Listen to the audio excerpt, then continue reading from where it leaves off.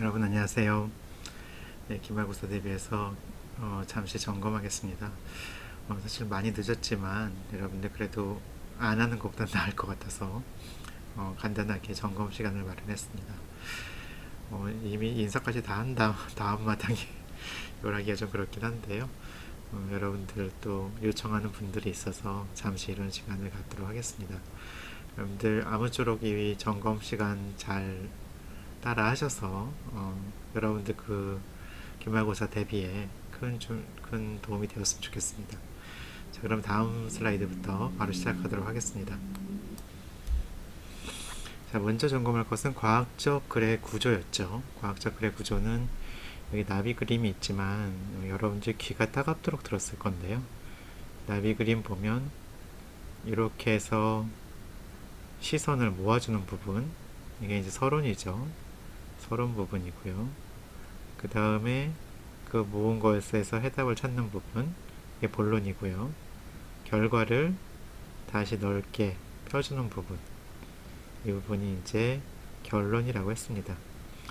자, 결론은 사실 여기가 딱 맺었죠. 여기 딱 맺은 게 있는데 맺은 거 영향을 이렇게 쫙 알려주는 그런 쪽이고요. 서론은 여러분들의 주의를 마치 돋보기가 이렇게 모으듯이 초점을 문제로 가져오는 거죠. 어떤 특정 문제로 가져오는 것이 서론이라고 했습니다. 서론에서는 반드시 어떤 문제가 드러나야 되고요. 결론에서는 그거에 대한 해답이 요약되어야 합니다. 본론은 그 질문에 대한 답을 이끌어내는 과정이라고 할 수 있죠. 자, 과학적 글의 구조 할 때 글의 물리적 구조는 이거는 사실은 그 중간고사 전에 있는 건데요. 그 점검을 좀 했으면 좋겠고요. 여기 형태소, 자소 이렇게 돼 있는데 우리가 보통 아는 글자는 형태소하고 자소의 여기 파쇼로도죠. 어떤 형태소는 글자보다 작기도 하고요. 어떤 형태소는 글자보다 여러 크기도 하고 이렇게 되어 있습니다. 자, 그리고 여기에서 과학적 글의 구조에서 특히 고찰 중요하다고 했는데요. 고찰 혹은 토의 중요하다고 했는데 그런 것들에 대해서는 조금 더 볼 기회가 있을 것 같고요. 잠깐 보는 과학적 글의 구조를 보면 이런 문제가 있어 라고 했죠. 관련 연구에서 다른 사람들은 이걸 이렇게 해결하려고 했지, 그렇지만 아직 이런 문제가 남아있어 얘기를 해주고요. 그래서 남은 문제를 같이 얘기를 해주죠. 사실은 남은 어려운 문제 얘기를 해주고 나는 그거를 이렇게 해결했다, 이게 본론이고요. 고찰에서는 내가 해결한 방법의 의미를 해석해 주죠. 해석이 좀 중요해요. 여러분들 해석이 없는 경우에는 사람들이 이제 자유롭게 해석을 하도록 놔두는 건데 대부분의 예술 작품은 사실은 그렇게 하죠. 그런데 과학적 글에서는 그렇게 놔두시면 안 되고 어떻게 해석을 해야 되는지 여러분들이 그걸 잘 알려주셔야 돼요. 그다음에 결론은 나는 이런 일을 했다는 걸 다시 한번 요약해주고 여기에 가급적이면 구체적인 수치가 들어가면 좋죠. 실험 수치 이런 게 들어가면 좋고요. 그로 인한 효과는 이러저러해 해서 향후 연구까지 쫙 이렇게 확대해 나가는 그런 형태가 되겠습니다. 어쨌든 요 나비 구조, 양쪽 날개를 가지고 있는 서론 결론의 나비 구조를 생각하시면 되겠습니다. 과학적 글의 문단 구조는 여러분들 햄버거 생각하시면 되죠. 햄버거 보면 모든 햄버거에 패티가 뭐 부실하다 하더라도 빵이 있죠. 첫 번째 토픽 센텐스 이게 있잖아요. 그다음 클로징 센텐스가 있는데 요거는 두 개가 좀 일맥상통하는 게 있지만 정말 중요한 거는 이 토픽 센텐스라고 했죠. 사실은 문단은 내용에 따라 나누어진 이야기 토막인데요. 그 이야기 토막의 이제 종류, 어떤 기능이 있냐에 따라서 설명 문단, 묘사 문단, 서술 문단, 설득 문단 이런 것들로 나뉜다고 했는데요. 딱 이걸로 나눠지지 않는 경우도 있어요. 자, 그런데 무엇보다도 중요한 건 여기서도 얘기했지만 얘기했죠. 두괄식이라는 거죠. 그 앞에서 맨 앞에 주제문이 나와야 돼요. 이 문단에서 내가 뭘 얘기할 거야 라는 주제문이 딱 나와주고 딱 그걸 갖다가 꽝 박아주죠. 그리고 그거에 대한 서포트 이런 것들을 하는 거죠. 그 다음에 다음 문단하고 연결시키기 위한 클로징 센텐스 이렇게 합니다. 그래서 두괄식이나 또 여러분들 클로징 센텐스랑 비슷한 종류이기 때문에 그 토픽 주제문이랑 비슷하기 때문에 뭐 양괄식이라고 얘기하기도 하고요. 자, 그리고 이 문단하고 문장하고 글 구성에 이거는 정량적인 분석인데요. 정량적으로 보면 문장이 3인 이상이면 너무 길다는 거죠. 한 문장에서는 한 가지 말만 해야 되니까 나누죠. 문단이 10행 이상이면 재구성한다는 거죠. 10행 이상이면 재구성한다. 글에는 방향과 완결성이 있어야 된다. 여러분들이 전체 글을 첫 번째 문단의 첫 번째 문장이 제일 중요하다 그랬죠. 전체 글을 토픽 센텐스 하나로 나타낼 수 없다면 그러면 글을 재구성해야 돼요. 예를 들면 이 주제가 딱 정해져 있지 않고 중언부언할 경우 있죠. 이 얘기도 하고 저 얘기도 하고 또 이 얘기도 하고 또 저 얘기도 하고 그러면 도대체 무슨 얘기야? 이렇게 생각이 들거든요. 그럴 때는 어느 거 하나의 핵심을 맞춰요. 여기에 맞추고 얘들은 그럼 어디 하느냐? 얘들은 얼터너티브들은 토의나 이런 데서 논의를 하는 거죠. 그렇게 해서 딱 완결될 수도 있도록 해야 되고 뭔가 얘기를 하는 듯한데 완결이 안 될 수 있겠죠. 그럼 안 되는 거죠. 더 리서치를 해서 완결시킬 수 있도록 그렇게 해주셔야 돼요. 자, 그래서 방향성과 완결성이 있어야 된다. 이런 말씀을 드렸습니다. 자, 초록은 사실은 뽑아낸 거죠. 뽑아낸 거예요. 여기 사실은 나무가 뭐 이렇게 막 있었어요. 나무가 이렇게 있고 멋지게 이렇게 자란 나무가 있어요. 근데 나는 사실은 이 나무에 이 잎이 좀 떨어지고 여기 남은 이 앙상한 가지에 초점을 맞췄어요. 그럼 내가 뽑아낸 건 뭐예요? 나무 중에서 그게 아니고 가지죠? 난 이걸 뽑아내고 싶었던 거죠. 이런 것들. 그것만 쫙 뽑아내요. 그것만 쫙 뽑아냈더니 이런 그림이 됐어요. 이렇게 가지 막 이렇게 그리고 가지 중에서 어떤 거는 가지인지 나뭇잎인지 잘 알 수 없는 거는 이런 식으로 되기도 했죠. 자, 그래서 피에타 몬드리안의 나무라는 그림이 만들어졌죠. 이런 것처럼 여러분들이 글이 있어요. 이 전체 글이 있으면 그 글에서 정말 중요한 부분, 골자가 되는 부분들을 막 빼요. 그거를 발췌한 그런 거를 뭐라고 하냐면 발췌한 이거를 초록이라고 하죠. 초록은 전체를 아우르는 글이기 때문에 초록 안에는 서론 부분, 본론 부분, 결론 부분 다 있어야 되죠. 그렇죠? 모두 들어가 있어야 돼요. 그래서 여러분들이 해결할 문제, 해결한 방법, 얻은 결과 이런 것들이 다 들어가 있어야 되는 거죠. 이게 뭐 서론, 본론, 결론에 해당이 되잖아요. 초록은 뭐하고 가장 중요하냐면 광고예요. 광고. 전체 글에 대한 안내 혹은 광고라고 생각하고 글의 장점을 부각하는 거예요. 나 좀 읽어줘 라고 이렇게 막 하는 거죠. 읽어달라고 이제 독자들한테 어떻게 보면 유혹하는 거라고 할 수도 있지만 유혹하는 게 아니라 이제 자기의 그 매력을 글의 매력을 나타내는 거죠. 서론에 좀 치우칠 가능성이 좀 높은데요. 사실은 광고라는 측면에서 그렇더라도 서론에만 치우치지 말고 글 전체를 나타낸다는 생각으로 기술한다. 자, 그리고 초록의 물리적인 특성이 있죠. 초록의 물리적인 특성은 150에서 350단어. 대개 한 300단어 정도 내외라고 보시면 돼요. 300단어 내외 보시면 되는데, 이제 50단어 정도 더 허용을 한 거죠. 그래서 1단으로 봤을 때는 10행에서 15행 정도 이렇게 해당되는 거예요. 드물게 1000단어 이상을 허용하기도 하는데 이거는 책의 요약, 책의 경우에 뭐 PhD thesis 포함해서 PhD thesis 이런 경우에만 이렇고요. 보통 이제 그 과학적 글의 초록은 300단어 내외로 생각하시면 되겠습니다. 자, 또 중요한 게 재밌는 게 이거 있었죠. Extended Extract 확장 초록이라는 게 있었죠. 확장 초록은 대개 2에서 4페이지 이내가 되는 작은 논문이에요. 숏 페이퍼죠. 숏 페이퍼라서 우습게도 확장 초록 안에 또 초록이 있죠. 자, 그런데 확장 초록은 앞에 있는 그 초록의 요건이 있죠. 여기 장점을 부각하고 흥미를 유발해야 되고 뭐 이런 것도 있잖아요. 이런 것들을 모두 포함하고 있어야 된다고 말씀드렸습니다. 자, 참고 문헌은 여러분들 일반 글에는 거의 없죠. 그런데 과학적 글에는 반드시 있는, 과학적 글에 있는 가장 뚜렷한 차이라고 볼 수 있고요. 참고 문헌의 핵심은 찾아보는 것이 핵심이에요. 찾아볼 수 있도록 충분한 정보를 기입합니다. 그러다 보면 저자, 출판물, 출판사, 출판연도, 저널의 경우에는 여기 페이지도 들어가고요.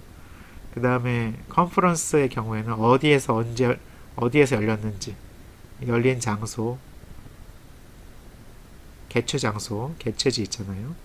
이런 게 들어가기도 합니다. 자, 어쨌든 이거는 어느 참고문헌에 공통적이고요. 인터넷 자료는 최대한 여기에 맞추는 거예요. 누가 썼는지, 제목은 뭔지, 그런 것들을 최대한 여기 맞추는데, 그 다음에 참조 일자를 꼭 기입해 줘야 되죠. 참조 일자를 기입하는 것이 인터넷 자료의 특징입니다. 이제 그게 사라질 수도 있기 때문에. 자, 그리고 문헌 목록과 참고 문헌은 뭐냐면, 참고 문헌은 내가 반드시 인용을 하는 거죠. 인용이 핵심인데, 문헌 목록은 그거에 비해서 뭐예요? 문헌 목록은 이걸 읽었으면 좋겠어. 권장 도서 혹은 추천 도서, 이런 측면이 강하다 그랬죠. 그래서 그것이 이제 문헌 목록이고요. 서지정보 관리 도구는 뭐냐면 여러분들이 도서관을 만드는 거죠. 나만의 도서관. 연구자의 일생은 사실은 자신만의 도서관을 만든다는 거라고 했었죠. 나만의 도서관. 나만의 냉장고만 가지 말고 나만의 도서관을 가셔야 되는 거죠. 그래서 그걸 DB 형태로 관리를 해주는 프로그램인데, 통상 웹브라우저의 플러그인으로 수집해요. 플러그인은 수집하고 이를 클라우드에 동기화하고, 그 다음에 여러분들 데스크탑 프로그램에서 그거를 관리하죠. 이런 형태로 조합된 형태로 제공된다. 그리고 참고문헌을 원하는 스타일의 참고문헌 목록으로 만들어낼 수 있는데, 뒤에 배우겠지만 여러분들 우리 이 중에서 사용했던 거 비브텍 있죠? 비브텍 아웃풋으로 낼 수 있다는 거 했고요. 얘는 뭐 맨들라, 여기 보면 12개의 온라인 비블리오그래피하고 사이테이션 툴 나오는데, 맨들레이도 있고 조테로도 있는데요. 조테로를 사용을 했었죠. 알바니아어로 to master란 뜻이라고 했습니다. 마찬가지로 얘도 플러그인으로 수집하고, 그 다음에 클라우드에 저장하고, 그 다음에 데스크톱 프로그램으로 관리했습니다. 데스크톱 앱으로 관리를 했던 이런 프로그램이 되겠습니다. 과학적 글 작성을 실전 연습을 했었는데요. 사실 이것도 좀 올려드렸으면 좋았는데 제가 이때 깜빡 잊고 녹화하는 걸 잊어버렸죠. 그래서 이거는 올리지 못했는데 그 뒤로 이제 몇 개만 올린 것으로 알고 있습니다. 자, 실전 연습에서는 뭐냐면 이거 항상 잊으시면 안 되는 거죠. 서론 결론은 우리 나비 구조에 있는 거잖아요. 나비 구조에 있어서 서론은 문제 제시, 결론은 대답, 이렇게 생각하시면 되고요. 서론의 첫 문장이 가장 중요한 문장이다 얘기했고요. 특히 과학적 글의 꽃은 뭐라고 했어요? 고찰하고 토의라고 했었죠. 두 개가 좀 비슷한데 둘 다 있을 필요는 없고요. 그 중에 하나만 있으면 되는데요. 고찰은 내가 한 거를 내가 한번 쭉 보는 거예요. 쭉 보면서 관전평하듯이 하는 것이 고찰이고요. 토의는 어떤 가상의 독자가 있다고 가정하는 거죠. 그래서 그 독자가 이건 어떤데요? 하고 질문하잖아요. 독자의 질문에 대해서 여러분들이 대답하는 거죠. 그래서 질문 대답 페어들에 대한 그런 형식으로 독자와의 커뮤니케이션을 위한, 독자가 물어보면 여러분들 대답하는 이런 구조를 생각하시면 되는 거죠. 자, 그래서 그때 솔직한 것이 중요하다 그랬죠. 자기 의견을 솔직하게 말하는 것이 중요하고요. 특히 질문은 과학적 글을 전체 이끌어가는 아주 중요한 핵심 요소인데요. 이 질문은 핵심 요소인데, 이 질문의 유형에 따라서 논문 유형이 달라질 수 있다는 거죠. 이게 정말 사실이야? 그럼 나 증명해 줄게. 그러면 증명을 하면 이론 논문. 이게 정말 잘 되는 거야? 만들어 줄게. 만들어주면 구현 논문. 야, 왜 이렇게 많이 연구가 돼 있어? 이거 도대체 차이점이 뭐야? 내가 이것들을 다 설명해 줄게. 차이점 이런 것들 설명해 줄게. 그러면 개관 논문 이렇게 얘기를 했었죠. 물론 뭐 이 세 가지 논문 말고도 다른 논문들도 있습니다. 그런데 이제 그 대표적으로 여러분들이 이렇게 접하게 되는 논문의 유형을 질문에 따라서 이렇게 살펴봤었습니다. 자, 그리고 과학적 글의 단어 선택은 특히나 더 중요하다 그랬었죠. 이거 사실은 요거는 복습 비슷한 거였는데요. 그 단어 선택을 왜 중요하냐면 의도와 다른 걸로 해석될 수 있다 그랬죠. 단어를 선택하는 이유는 여러분들의 뜻을 정확히 전달하기 위해서예요. 부정적 단어, 그리고 만약에 똑같은 단어라면 부정적 단어보다는 긍정적인 단어를 선택하는 게 좋다는 거죠. 부정적 단어의 대표적인 예는 뭐 어떤 게 있냐면 때문에가 가장 부정적인 단어인데요. 때문에라고 우리 많이 써요. 쟤 때문에 그랬어요. 뭐 교수님 때문에 그랬어요. 뭐 선배 때문에 그랬잖아요. 이렇게 얘기하는데 사실은 그 때문에가 적합하지 않은데도 때문에를 쓰는 경우가 있거든요. 근데 뭐 긍정적인 단어 요거하고 좀 비견될 수 있는 거는 이제 덕분에 얘기할 수 있죠. 덕분에라고 얘기할 수 있어요. 뭐뭐 덕분에 교수님 덕분에 뭐 잘 배웠습니다. 여러분 덕분에 즐거운 시간 보냈어요. 뭐 이런 거잖아요. 그래서 이런 미묘한 차이들, 그런 것들을 잘 선택하셔야 되고요. 영어도 마찬가지죠. 때문에는 due to죠. due to. 그러면 누구누구 때문이에요. 이렇게 되는데, 덕분이라면 owing to. owing to는, o가 이제 뭔가 빚을 지다 이런 얘기지만, 그 사람 덕분에 이런 얘기죠. 또 그리고, 띄어쓰기에 따라서 뜻이 달라지는 말이 있었어요. 안 되다 하고 이제 여기 띄어쓰는 안 되다, 안 되다. 띄어쓰는 못 되다, 못 되다. 띄어쓰는 해보다, 해보다. 잘못되다, 둘 다 띄어쓴 거, 잘못되다. 다 하다 하고 다 하다. 뭐 이런 것들 여러분들 안 되다 하고서 이렇게 다 띄었으면 뭐 컴플리트 하지 않은 거죠. 되지 않은 거죠. 그러니까 완수하지 않은 거지만 걔 참 안 됐어 하고 붙였으면 bad situation 이란 얘기죠. 이런 것들을 한번 보시면 좋을 것 같고요. 그리고 특히나 이 과학적 글에서 많이 쓰이는 거는 이 과학적 글은 특히나 이 유사한 단어를 잘 구별하셔야 되거든요. 그러므로 하는 because 하고 원인 결과죠. 그러므로 이렇게 정확과 적확. 정확은 완전히 그 안에 들어가는 거. 내가 정확한 범위 안에 여기 딱 들어온 거. 정확이죠. 적확은 두 개가 딱 들어맞는 거라 했죠. 두 개가 딱 들어맞는 거. 적확. 그래서 sound complete 얘기도 했었고요. correct accuracy라는 얘기도 했었어요. 효율은 비율이죠. 효율이고 효과, effect 이거는 결과죠. 여러분들 이 효과를 또 아나운서가 효과라고 읽는다고 내가 잘못 읽는다 얘기했었죠. 효과로 읽어야 되는 게 왜 그러냐면 유효한 결과의 합성어죠. 유효 결과의 합성어인데 이 사람들이 한자어에 너무 집착한 나머지 그 결과 과자잖아요. 그러니까 결과할 때의 과 읽듯이 효과 이렇게 읽는데 사실 유효한 결과이기 때문에 효과로 읽는 게 맞습니다.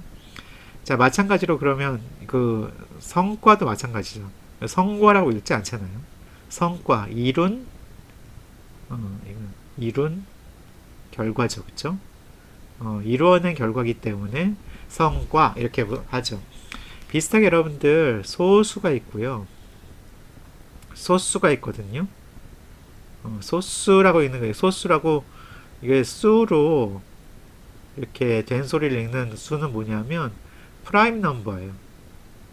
프라임 넘버고 이거는 얘기 안 한 것 같은데 소수는 얘는 스몰 넘버죠. 스몰 넘버 1보다 작은 수. 소수, 소수 이런 것처럼 여러분들 발음도 주의를 하셔야 되지만 제가 뭐 세상을 완전히 바꿀 수는 없기 때문에 제가 아무리 효과라고 얘기를 해도 대부분의 아나운서들이 효과라고 연습을 하기 때문에 참 난감한 상황이죠. 자, 그리고 이던은 과거를 회상하는 거죠. 이든은 뭐뭇이든 이거든 저거든 오하고요. 드러내는 거는 뭔가를 딱 파서 제거하는 거죠. 드러내는 거는 그거를 제거하는 게 아니라 뭐 이렇게 사실을 새로 밝혀내는 거죠. 개발은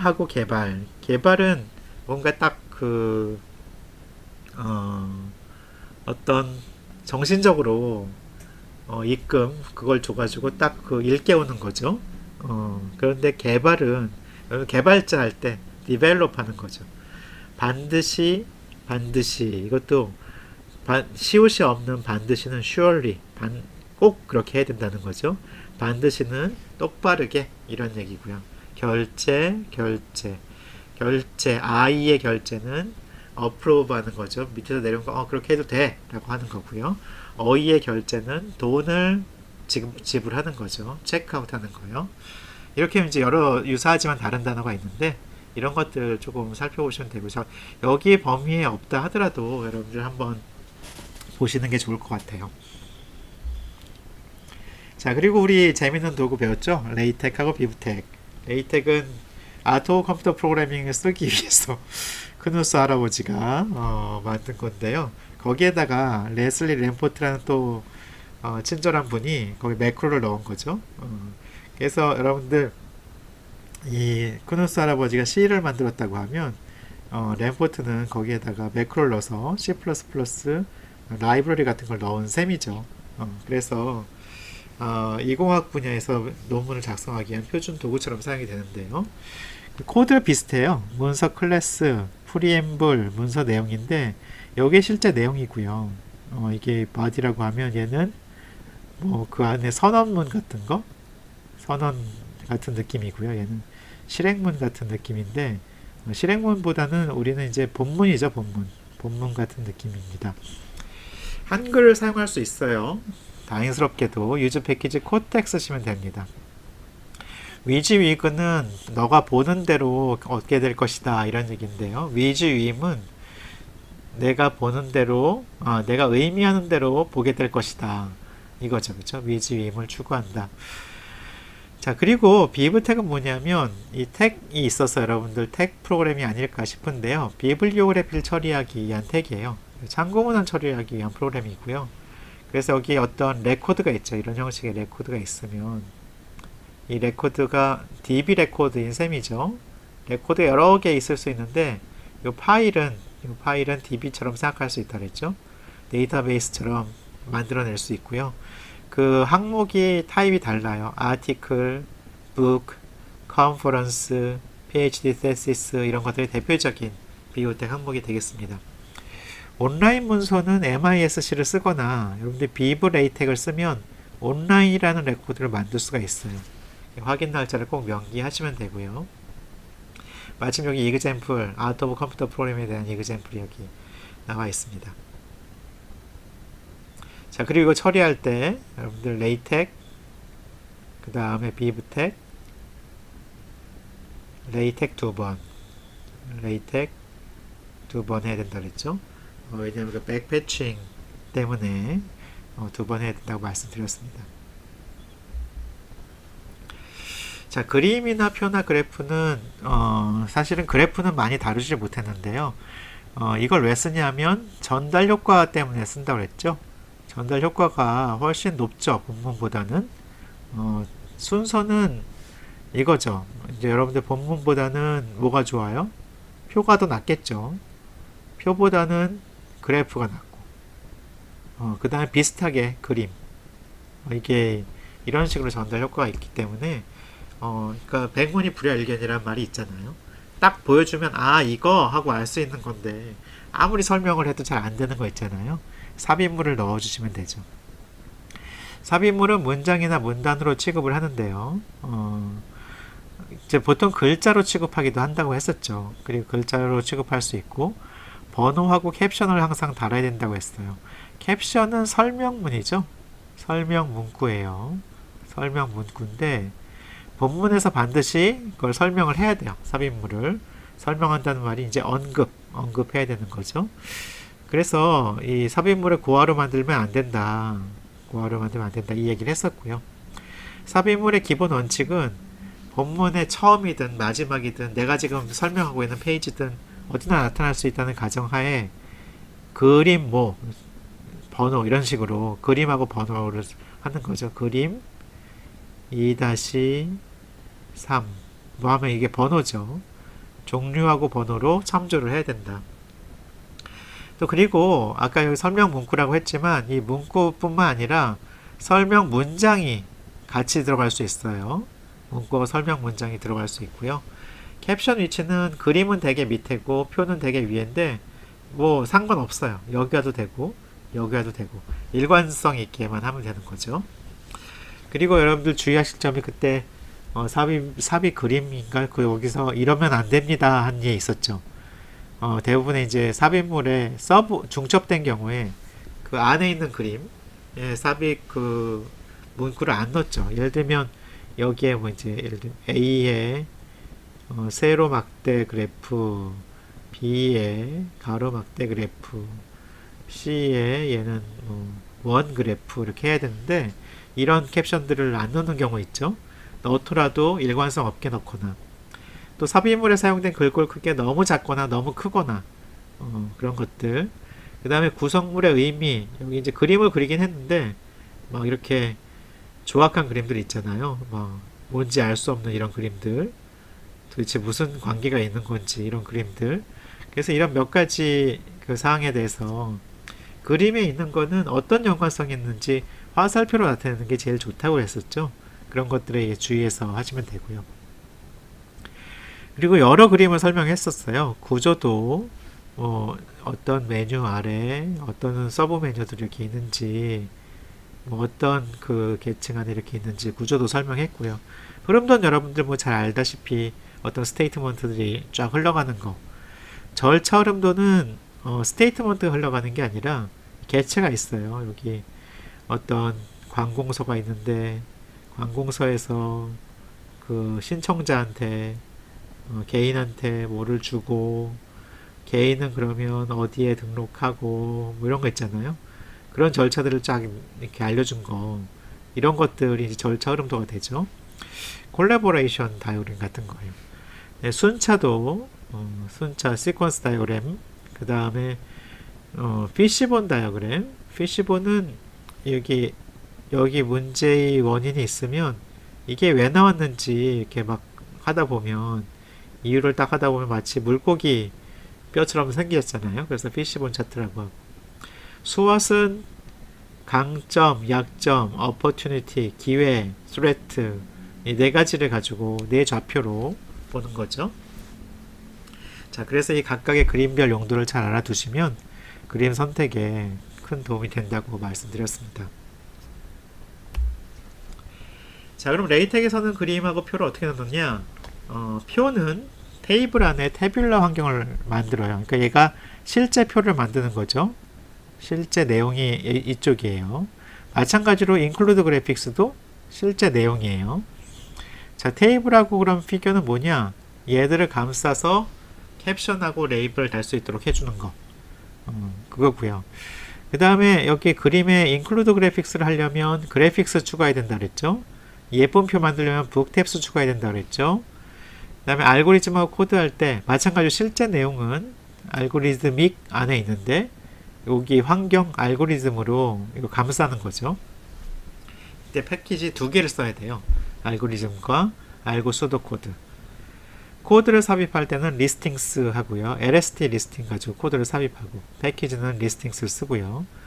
그 다음에 그 글꼴 색상 예쁘게 그 다음에 글꼴 예쁘게 하려면 유즈 패키지 컬러하고 쿠리어 폰트 이러면 좀 예쁜 글꼴이 나온다고 그랬었죠.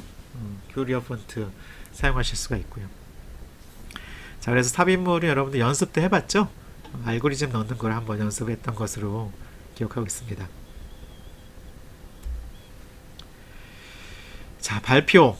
여러분들 발표는 지금 뭐 발표 자료를 작성해서 발표하신 분들도 있을 텐데 발표의 목적은 여러분들이 청중이 있죠. 청중한테 내용을 전달하죠. 내용을 전달하고 질문을 받는 거죠.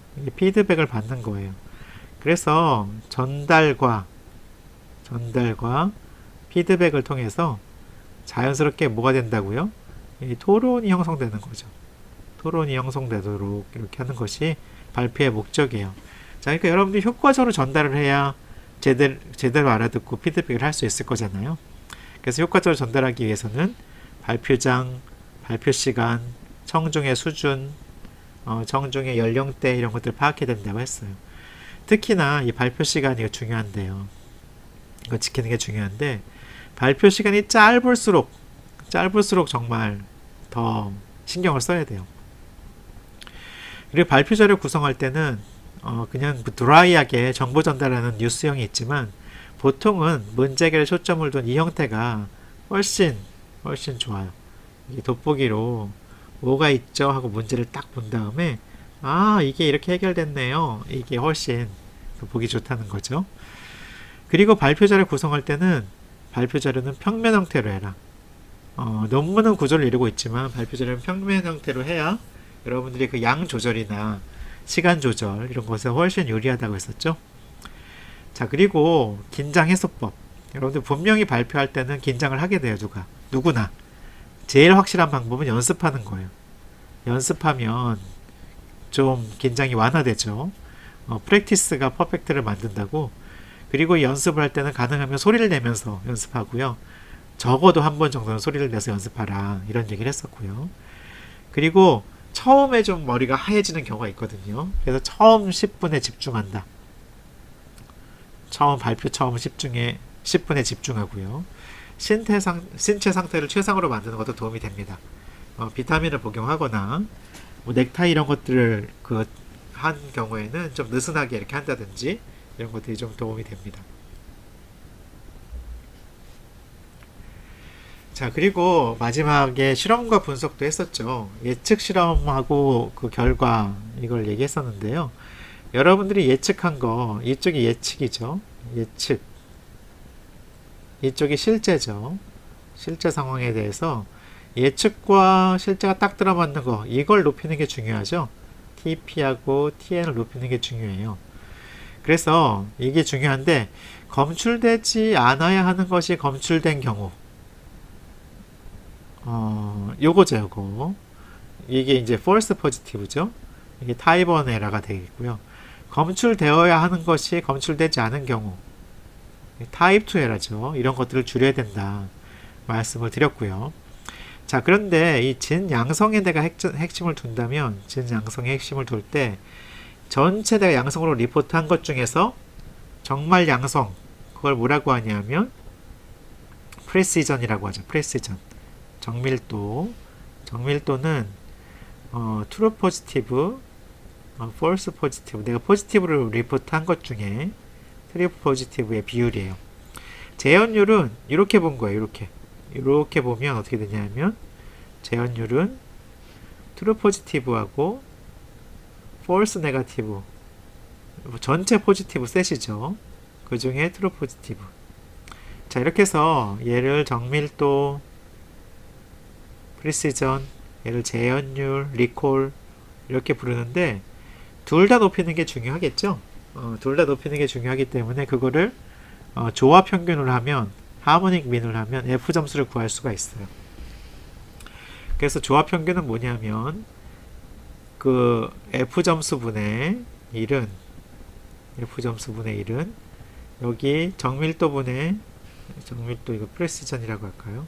프레시전 리콜이라고 하면 프레시전 분의 1 뭐 상관없네. 리콜 분의 1 프레시전 분의 1에 이겁니다. 이렇게 얘기했었죠. 그래서 이거를 막 계산하면 F 스코어 뭐 수식 계산에 유도해낼 수 있겠죠, 여러분들. 그래서 F는 그 통분은 어떻게 돼요? RP분의 P 더하기 R이 되죠. 근데 이제 그 역수니까 P 더하기 R분의 2RP가 되나요? 뭐 이런 것 같아요. 여러분들 이거 강의 노트 한번 보세요. 정확히 모르겠는데 아마 이걸 거예요. 강의 노트를 한번 확인해 보시면 될 것 같고요. 어쨌든 그 두 가지를 F 점수가 높다는 얘기는 정밀도와 재현율이 둘 다 높다. 이렇게 보시면 되겠습니다. 자, 민감도하고 적확도는 어떻게 한 거냐면 이제 약간 다른 관점인데요. 아까 얘가 정밀도하고 재현율이 이렇게 봤다고 하면 민감도하고 적확도는 이렇게 볼게요. 요거하고 여기에서 요거 하고 여기에서 요거 이걸 본 거예요. 그래서 아까 그 리콜이라는 것이 민감도, 센시티비티하고 똑같아요. 적확도는 지금 여기 처음 나온 그런 수치인데요. 적확도는 false positive 플러스 true negative 분의 true negative. 네가티브가 얼마나 true가 되느냐. specificity라고 하죠. 그거예요. 여러분들 이게 너무 좀 복잡할 텐데 개념을 잘 알고 계시는 게 중요해요. 그래서 여러분들 나중에 실험 분석을 하실 때 다시 한번 찾아보면 언제든지 이것을 사용할 수 있도록 그 개념을 잘 알고 계시면 될 것 같습니다. 자, 여러분들 이상으로 좀 짧게나마 한 학기 동안 했던 걸 좀 요약을 했는데요. 아무쪼록 여러분들 기말고사 전부 준비 잘 하셔서 모두들 좋은 결과 있기 바라겠습니다. 한 학기 동안 수고 많으셨습니다.